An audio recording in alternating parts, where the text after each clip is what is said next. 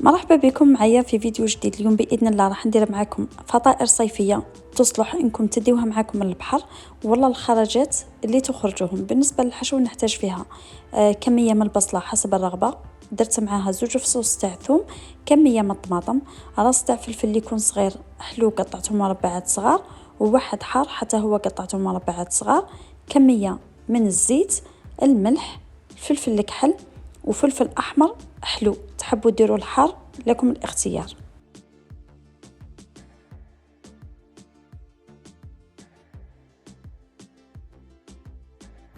نزيد عليها مغرفه صغيره نتاع هريسه ومغرفه صغيره نتاع الطماطم. بالنسبه للهريسه اذا كان حبيتوا تستغناو عليها تقدروا تستغناو عليها. نخلط كل شيء هنايا مع بعض، نحطها فوق النار، نقص لها للنار ونخليها تطيب حتى تنشف من الماء تاعها.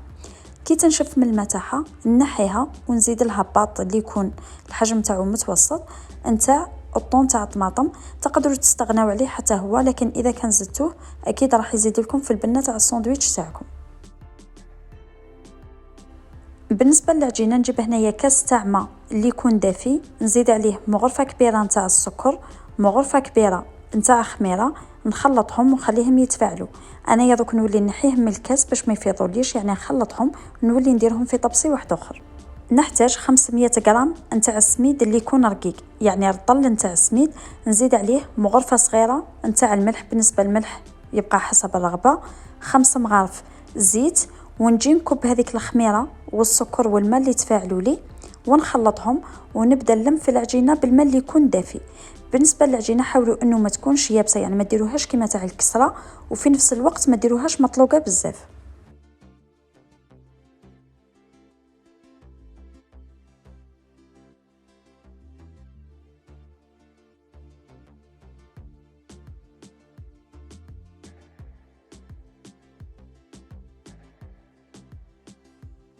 بعد ما لميت العجينه نعجنها هنايا لمده 5 دقائق. اذا كان حسيتوا العجينه تاعكم يابسه كما قلت لكم اعجنوها بشويه تاع الماء اللي يكون دافي.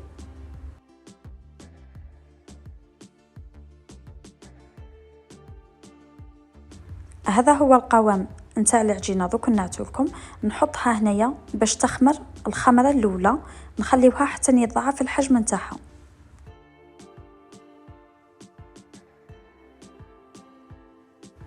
بعد ما يتضاعف الحجم نحيها من الطبس اللي حطيتها فيه ونعجنها لمدة 3 دقائق. في الاول عجناها لمدة 5 دقائق، خليناها خمرت، ودوك نزيدو نعجنوها لمدة 3 دقائق ونزيدو نخليوها تخمر للمرة الثانية.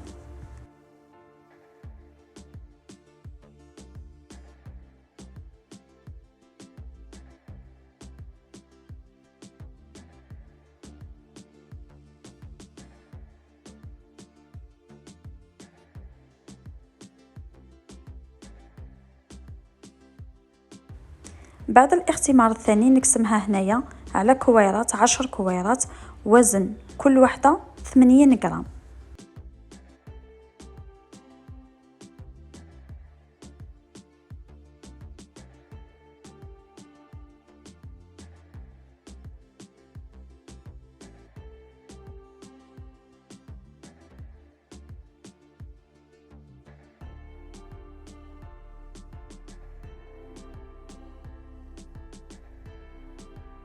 كي نوجدوا الكويرات تاعنا نغلفوهم باش ما يديروش القشره، ونبداو نخدموا بالكويره اللي درناها هي الاولى.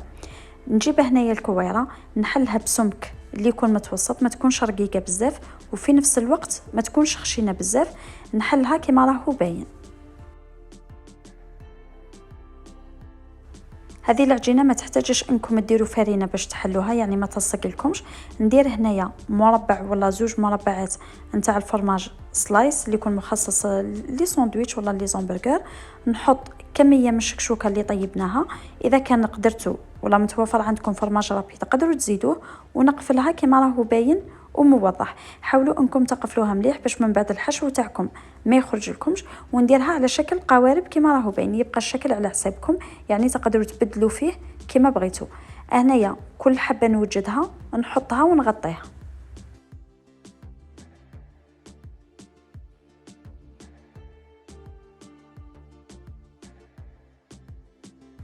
بعد ما نوجد الحبات تاوعي كاملين نبدا نطيب بالحبه الاولى اللي بديت بها. انا هنايا راح نطيبهم في هذا الكريبيير يعني الطاجين هذا، درتها على 200 درجه. نتوما اذا كان عندكم مقله ديروا النار اللي تكون متوسطه باش ما يتحرقوا لكمش من برا ويبقاو لكم نيين من داخل، يعني ديروا النار اللي تكون متوسطه، طيبوهم من تحت، قلبوهم زيتوا طيبوهم من فوق. واكيد اذا كان حبيتوا طيبوا لهم الجناب، كاين اللي ما يبغيش يطيب الجناب، تبقى كل واحد كيفاش يبغي. كما قلت لكم النار لازم تكون متوسطه، اذا كان زدتوا لهم للنار لداخل راح يبقاو لكم نيين. كي نكمل الحبات تاوعي كاملين نغطيهم بطرشونه ونخليهم تقريبا 5 دقائق حتى ل 6 دقائق، باسكو في الاول راح يكونوا لكم كشغل قاندين شويه، بصح كي تغطيوهم راح يطلقوا رواحهم ويوليو كما راكم تشوفوا فيهم.